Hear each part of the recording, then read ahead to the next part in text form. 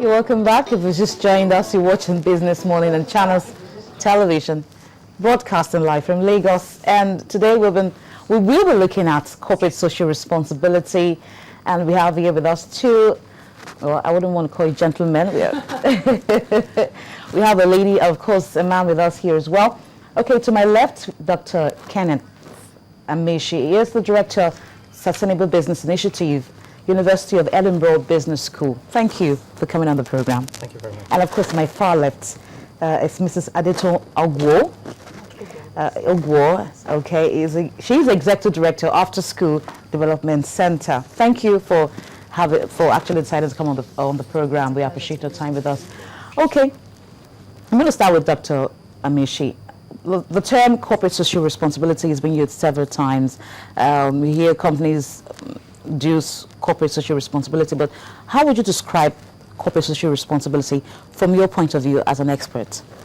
One way to describe corporate social responsibility is to interpret it as responsible business practices.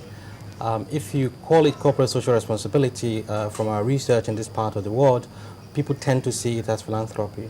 But if you position it as responsible business practices, then it will mean something different.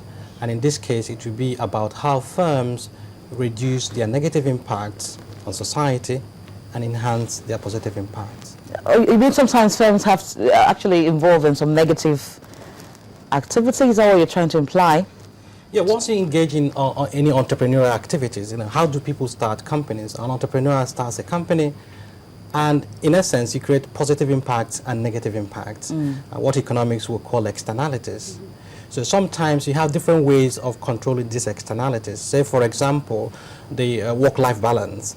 People go to work, probably leave their houses about 5 a.m. and they come back about 10 p.m. So if you look at it in the normal course of business, you may think that is appropriate, but it has knock-on effect on society, probably on family lives. So how do you manage that? It's a negative impact. It's a negative impact that is inadvertently caused by entrepreneurial activities. So there are other negative impacts that might be in terms of pollution. So when people in Nigeria, for example, use their generators, they don't factor that as part of the cost of doing business in terms of the social cost. Okay, so if you have a bank that runs a generator and there is a nearby shop, it also causes noise pollution. So how do you control those? So that's where CSR comes in as one way for companies to voluntarily reduce their negative impacts. Now, as a practitioner, Mrs. Ogwo, how do you think companies can wrong their rights? It was trying to tell me that there's some negative impact of being an entrepreneur. But for you, how do you think companies wrong these rights? What measures do they usually employ?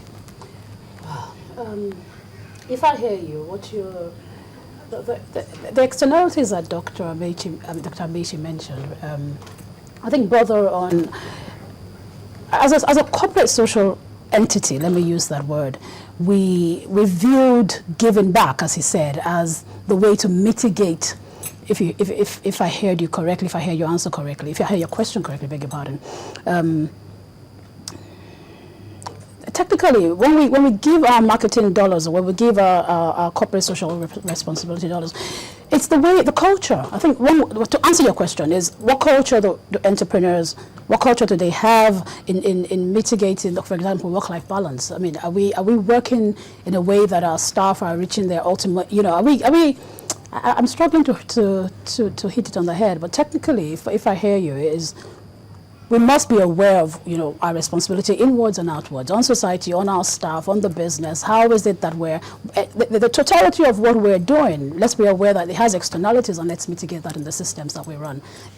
That's how I'll directly answer your question. Okay, Kenneth, I want to ask you, how often should this corporate social responsibility go on? Because work-life balance is an ongoing thing, it's an ongoing struggle, so to speak. Every day we wake up at that time you mentioned. How often do you think companies should go about doing this? If you put it that way in terms of how often, so we see it as something extra. Okay, so companies do CSR, and they say, well, they've gone the extra mile. But if you see it as the course of doing business, it becomes a business philosophy. And there are some businesses that have consciously built that into the way they do things. And it's a different business philosophy. So it's not about doing something extra, but it's also about the process, the means through which we make profit. So, in other words, if I'm starting a business and going back to my core purpose, why do I exist? What is my place in society? And one question I normally ask businesses is this: if you didn't exist as a business, what would we lose as a society? So that's one way of framing the value we bring on board, as opposed to beyond the profit we make as business. Business is also there to meet societal needs. So it's going back to the core purpose of the business and building in that philosophy that it makes it a continuous improvement exercise. So people see CSR sometimes as a static activity. I've done X, I've done Y.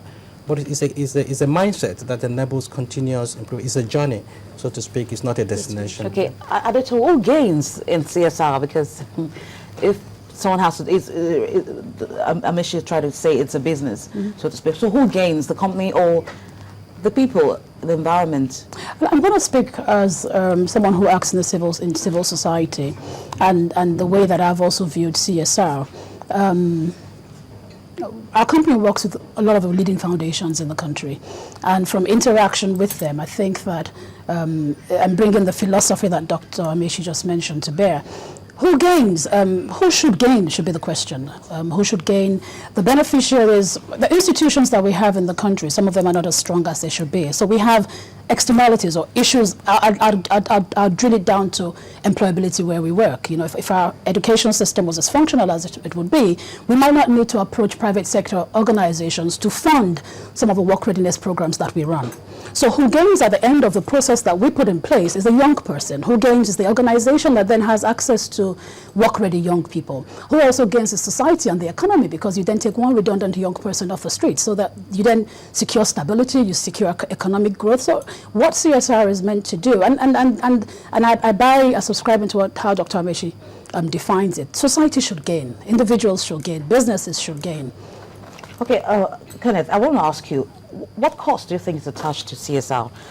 Because it sounds so nice to see businesses or companies, get involved in this. But what are the costs?